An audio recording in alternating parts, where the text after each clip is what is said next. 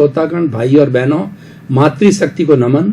Channel 24+ news के खास, विशेष, मनमोहक, हमें प्रसन्नता देने वाला, हमारे दिल को खुशी देने वाला और हमारे जीवन के अंदर अच्छाइयाँ भरने वाला, हमारे लाइफ स्टाइल के बारे में बताने वाला, स्वास्थ्य के संबंधी टिप्स देने वाला और मानसिक शांति देने वाला, वसुधैव कुटुंबकम की बात करने वाला, विश्व स्तर की बातें बताने वाला पुनरुत्थान कार्यक्रम में आप सभी का हार्दिक स्वागत है, अभिनंदन है, सत्कार है।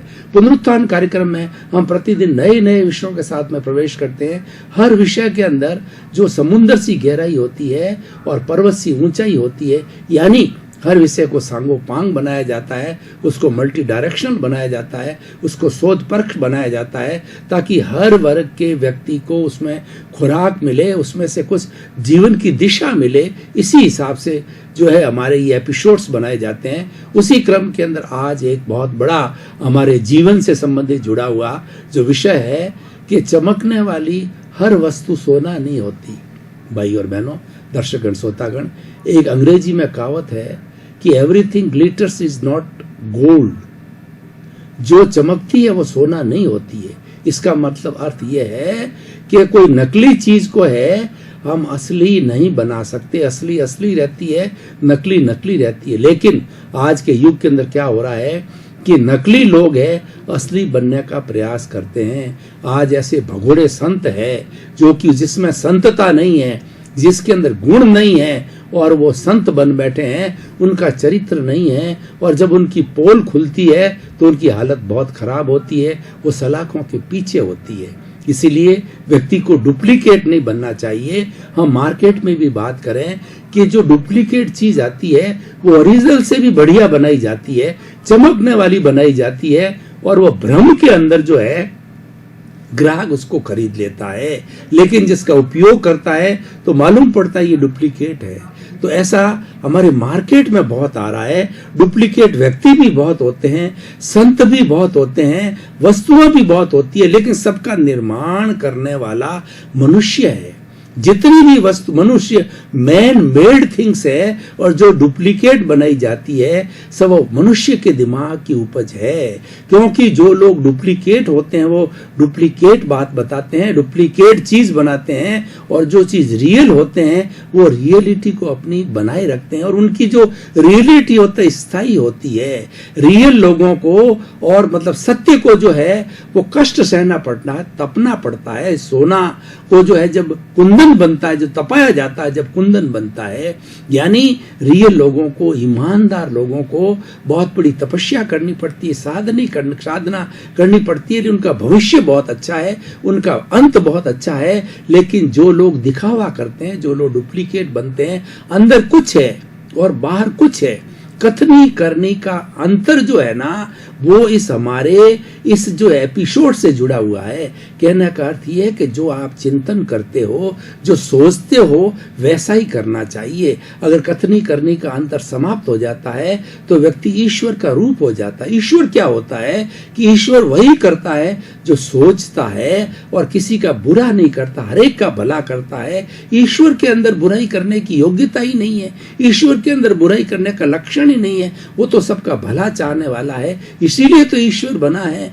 जो परमार्थ के मार्ग पर जाते हैं वो ईश्वर का रूप होते हैं, वो किसी का बुरा नहीं करते हैं। उनके साथ बहुत बुरा होता है लेकिन वो बुराई नहीं करते। जैसे उदाहरण के तौर पर देखिए कि नीम का जो पेड़ है, उसके नीम के पेड़ को 100 घड़े घी से सींच लो और सींचने के बाद भी उसकी पत्ती खाओ तो कड़वी होती है। यानी दुर्जन व्यक्ति अपनी जो है दुर्जनता कभी नहीं छोड़ता है, तो सज्जन व्यक्ति भी अपनी सज्जनता नहीं छोड़ता। वह कभी भी रियल व्यक्ति डुप्लीकेट नहीं बनता है। तो देखिए जो हमारा जो चंदन होता है, चंदन के पेड़ के ऊपर भुजंग यानी सर्प लिपटे रहते हैं और कितना विष उस पर छोड़ते हैं, लेकिन सब कुछ विष छोड़ने के बाद भी चंदन की सुगंध है एज इट इज, जो उसकी ओरिजिनल सुगंध है बनी रहती। इसका अर्थ यह है कि दुर्जन व्यक्ति का जो सज्जन व्यक्ति उसके साथ में दुर्जन कितनी दुर्जनता करे, लेकिन वह तो हमेशा अपनी सज्जनता दिखाता है। और दुर्जन व्यक्ति के साथ में कितनी सज्जनता करो वो हमेशा अपनी दुर्जनता ही बताएगा। सांप को थोड़ा सा टच कर लो तो वो डसेगा। तो उसी क्यों कि वो दुर्जन है, ये उसकी दुर्जनता है। तो भाई और बहनों, दर्शकगण, श्रोतागण, आज का एपिसोड क्या कहता है कि ये जो हमारा दुनिया का जो जगत है इसको माया कहते हैं। मैं सांख्य दर्शन को यह कोट करना चाहूंगा कि सांख्य दर्शन के अंदर प्रकृति और पुरुष दो होते हैं। पुरुष होता है वह बिल्कुल जो है वो अनंत ज्ञान वाला है, अनंत दर्शन वाला है, अनंत चेतना वाला है और अनंत शक्ति वाला। वो प्योर है, वो अनंत है और वो अरूपी है। और ये जो दुनिया है वो सारी माया है, इसको जो है प्रकृति कहा जाता है। जब प्रकृति का जो बिंब है पुरुष पे पड़ने के कारण पुरुष दोषी हो जाता है और वह बिंब जब पड़ना समाप्त हो जाता है तो वह शुद्ध अवस्था के अंदर आ जाता है। इसका अर्थ यह कि प्रकृति के अंदर माया चलती है। माया का अर्थ होता है कि झूठ कपट चलता है। ये सारी दुनिया के अंदर झूठ कपट चलता है और हम 5 इंद्रियों से जितना भी सुख देखते हैं, स्पर्शन रसन घ्राण चक्षु श्रोत्राणि इंद्रियाणि, ये 5 इंद्रियों के विषय है। जैसे कि हमारी चमड़ी है, इसका स्पर्शन का विषय स्पर्शन है, और जीभ है ये रसना करती है, ये जो है वो स्वाद चखती है, और जो कान है वो हमारा जो है स्वर्ण करते यानी सुनाई देता है, आंख से दिखाई देता है, और नाक से सुगंध दुर्गंध आती है। ये 5 इंद्रियों के जो सुख हैं, ये बाहर की दुनिया के अंदर जितनी भी ऐशो आराम की चीजें हैं, उन सुखों को ये 5 इंद्रियां ग्रहण करती है। और ये 5 इंद्रियों का जो जगत है ना, वो एक तरीके से जो है वो चमकने वाला सोना है, रियल सोना नहीं है जिसके ऊपर सोने का झोल चढ़ा दिया गया है। जो लोहे के ऊपर या चांदी के ऊपर सोने का झोल चढ़ाया जाता है तो वह जो एक तरीके से डुप्लीकेट माया का रूप बन जाता है। उसी तरीके से जो है 5 इंद्रियों का जगत है, ये माया का रूप है, ये छलावा है। और व्यक्ति इसके अंदर डूब जाता है तो मैं और मेरे में चला जाता है। मैं ऐसा करने वाला हूँ, मैं बड़ा व्यक्ति हूँ, मैं धन दौलत रखने वाला हूँ, मैं मिनिस्टर हूँ, मैं लेखक हूँ, मैं डॉक्टर हूँ, मैं इंजीनियर हूँ, मैं प्रोफेसर हूँ। अपनी कई उपाधियों को जोड़ता है और उन उपाधियों को जोड़ने के कारण वो मैं और मेरे के अंदर चक्कर चला जाता है। मेरा बेटा, मेरा धन, मेरा परिवार, मेरे बैंक बैलेंस, मेरा बंगला, मेरी गाड़ियां, ये मैं और मेरा का जितना है ना, ये सारा अटैचमेंट है। और ये एक डुप्लीकेट जीवन है, रियल जीवन नहीं है। हमारी जीवन की रियलिटी ये नहीं है। जीवन की रियलिटी जानने के लिए मैं भीतर जगत में जाना पड़ेगा। बाहर के जगत में छलावा ही छलावा है, भीतर के जगत के अंदर प्योरिटी है, भीतर के जगत में रियलिटी है, भीतर के जगत में सत्य है। और भीतर के जगत में क्या होता है कि भीतर का जगत वाइब्रेशन से भरा हुआ होता है। और उन वाइब्रेशंस को चाहे ईसा मसीह देखे, चाहे भगवान राम देखे, चाहे कृष्ण देखे, चाहे महावीर देखे, चाहे आप देखो, चाहे मैं देखो, वहां पर शब्द समाप्त हो जाते हैं। ये सारा दुनिया में जितना भी भेद है, कथनी करनी का जो अंतर है, भेद है, ये सच के साथ में झूठ चलता है। झूठ का जो साम्राज्य है वो शब्दों का खेल है। और जब हम भीतर जाते हैं, जब शब्द समाप्त हो जाते हैं तो सारा वाइब्रेशंस ही वाइब्रेशंस है। अगर विज्ञान की भाषा में बात करूं तो ये पूरी सृष्टि, ये पूरी दुनिया वाइब्रेशन से बनी हुई है और वाइब्रेशन से ही काम होता है। और इस दुनिया के अंदर जितनी शक्ति सृष्टि के अंदर है, वह शक्ति वो एक समान रहती है।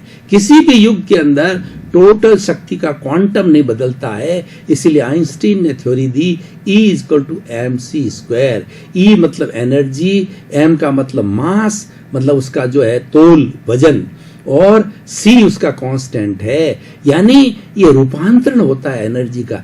जो मैं बोल रहा हूं ये बोल करके टीवी के अंदर जाएगी। मोबाइल का आविष्कार, टीवी का आविष्कार, और हमारी जितनी भी जो ये टेलीकम्युनिकेशन का है, इंटरनेट है, ये सब रूपांतरण है। ये वाइब्रेशंस का रूपांतरण है। बोली जाने वाली वाइब्रेशंस होती है, वो देखी जाने वाली वाइब्रेशंस के अंदर बदल जाती है। यानी ठोस है द्रव में बदलता है, द्रव जो है गैस के अंदर बदलता है, और गैस पुनः ठोस में बदलती है। इस तरीके से एनर्जी का रूपांतरण होता है, ट्रांसफॉर्मेशन होता है, बदलाव होता है, म्यूटेशन होता है, लेकिन एनर्जी कांस्टेंट है। तो भाई और बहनों, दर्शकगण, श्रोतागण, मैं ये कहना चाह रहा था कि ये 5 इंद्रियों का जो जगत है ये छलावा है, और भीतर का जगत है वो रियल जगत है। भीतर के जगत में मैंने वाइब्रेशंस की बात कही, तो अंदर भी वाइब्रेशंस ही हैं, और वो वाइब्रेशंस जो हैं हमारे जैसे विचार होते हैं वैसे हमारे भाव होते हैं। उन वाइब्रेशंस को जानने के लिए, कथनी करनी को एक समान बनाने के लिए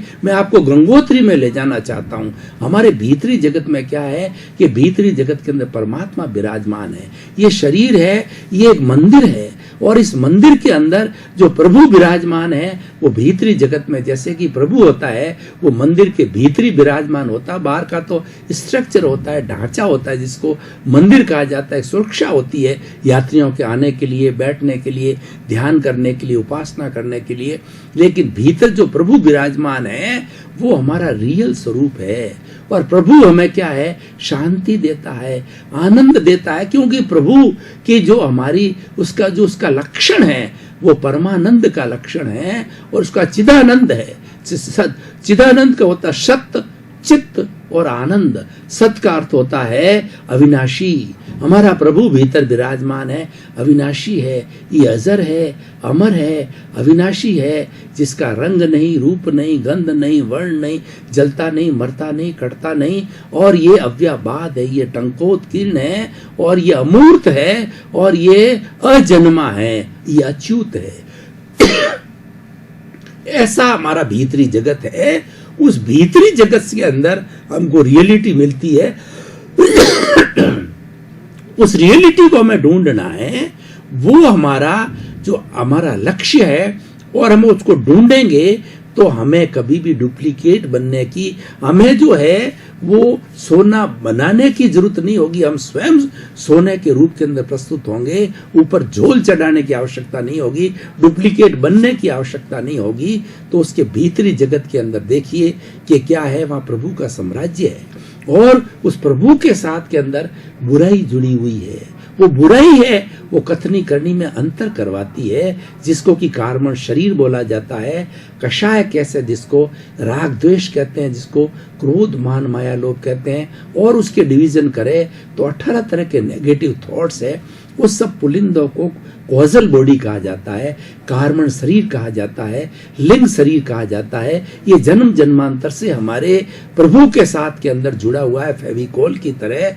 इसी कारण से जो है वो हमारे अंदर जो है अच्छे बुरे भाव लाता है। अब देखिए भीतरी जगत के अंदर क्या होता है कि जो कार्मण शरीर जो है, दबी हुई इच्छा है, ये समय के साथ उदय में आती है। अब ये देखिए उदय में आकर के और आगे जाकर के ये अध्यवसाय बनता है।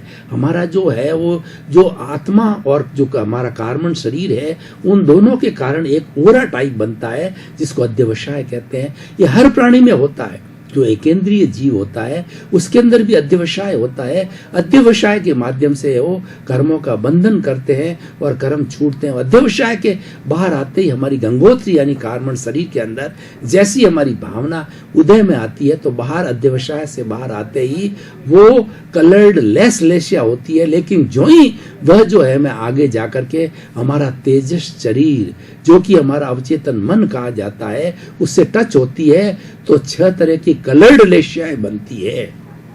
अगर भीतर का भाव हमारा अशुद्ध है, हिंसा से भरा हुआ है, कपट से भरा हुआ है, छल कपट से भरा हुआ है, बुराई से भरा हुआ है, तो उसके अंदर अप्रशस्त लेशियाएं 3 तरह के अलग कलर्स निकलेंगे। वो होंगे डल कलर, वो कैसा काला कलर की लेशिया निकलेगी, या जो है वो ग्रीन कलर, वो जो येलो या ब्लू कलर की लेशिया होगी, डल होगी, और तीसरा कबूतरी कलर की होगी। ये अप्रशस्त लेशियाएं हैं। ये इंडिकेट करती है कि यह भीतर से अशुभ भाव आ रहा है, अशुभ चिंतन आने वाला है, और ये अशुभ चिंतन मनुष्य की कथनी करनी में मनुष्य को डुप्लीकेट बनाएगा, मनुष्य के अंदर बुराई पैदा करेगा। और उसके विपरीत अगर अच्छा भाव आता है तो वो तेजो पद्म शुक्ल लेशिया कहलाती है। अप्रशस्त लेशियाएं कृष्ण, नील और कापोत है, और तेजो पद्म शुक्ल लेशियाएं वो प्रशस्त लेशियां हैं। तेजोलेशिया का जो कलर होता है वो चमकता हुआ सूर्य का जो अरुणोदय का जो कलर होता है, पिंक कलर का लालिमा लिए हुए, वो जो है वो तेजोलेशिया है। और जो हमारी हल्दी की तरह एकदम चमकता हुआ येलो कलर होता है, ये पद्मलेशिया है। और चमकता हुआ व्हाइट कलर है, शुक्ल लेशिया है।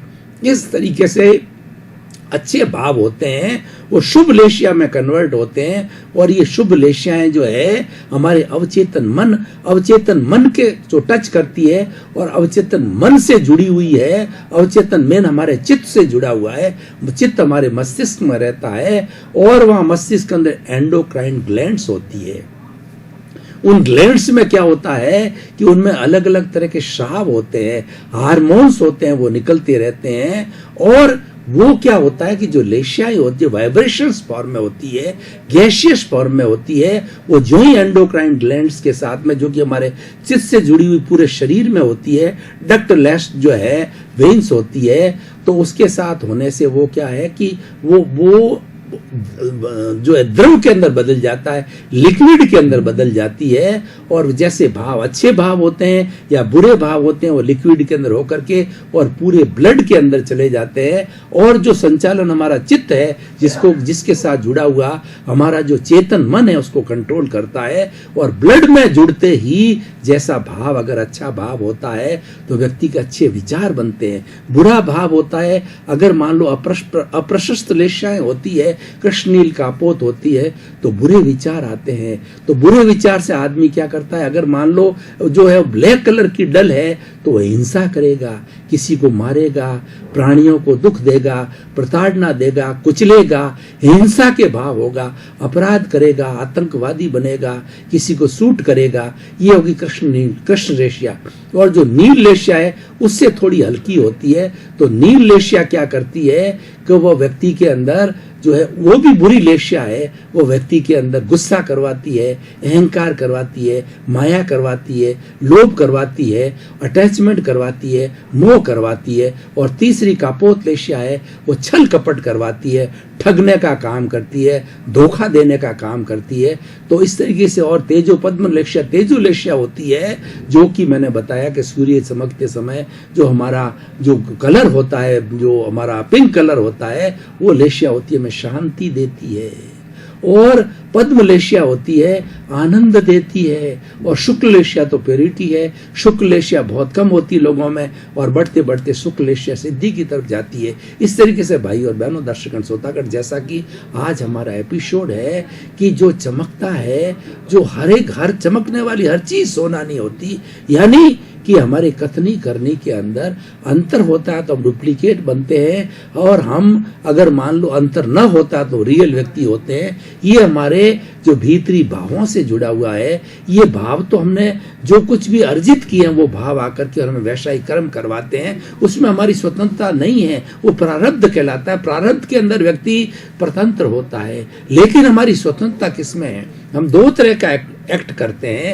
एक तो जो पिछले जन्म से, पूर्व जन्म से लेके आए हैं, उसमें प्रारब्ध कहलाता है। उसमें हमारी कोई स्वतंत्रता नहीं, सांस लेने की भी स्वतंत्रता नहीं। जो कुछ भी हम अर्जित करके आए हैं पूरे जन्म तक वही चलेगा। लेकिन दोनों तरफ चलता है। हमें भावी जन्म की तैयारी भी इस तरफ करते हैं। जो कुछ चल रहा है उसको हम एक्सेप्ट करते हैं, उसमें हम राग द्वेष नहीं लाते हैं, उसके अंदर हम अपने भाव नहीं बिगाड़ते हैं, अपनी ओपिनियन नहीं बिगाड़ते हैं, किसी के प्रति प्रतिक्रिया नहीं करते हैं, क्योंकि सारा कुदरत संचालित करती है। पूरा जीवन पर हमारे जो कुदरत होती है वो संजोग बिठाती है और उसके अनुरूप ही हमारा जीवन चलता, हमारा नहीं।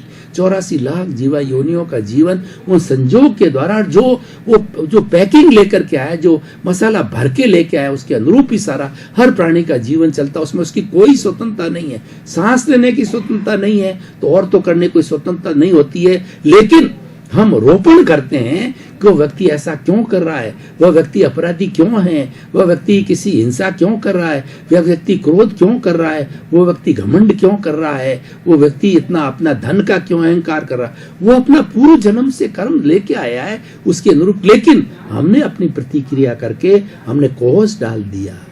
जिसको कि कर्म बीज कहा जाता है, जिसको भाव कहते हैं, वो हमारे भाव बिगड़ गए।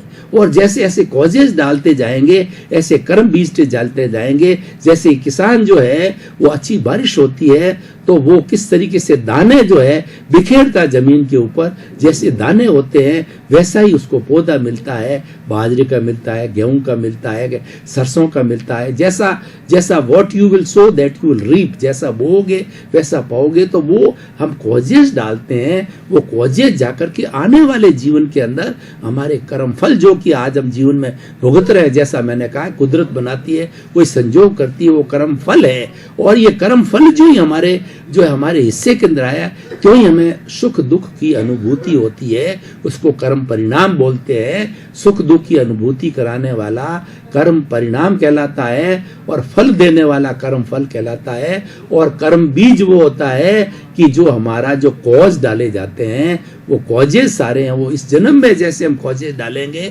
अगले जन्म के अंदर वैसे ही हमको कर्म फल मिलेंगे, कर्म परिणाम मिलेंगे। आज हम कर्म फल और कर्म परिणाम प्राप्त कर रहे हैं। दर्शकगण, श्रोतागण, भाई और बहनों, आपका बहुत बहुत धन्यवाद।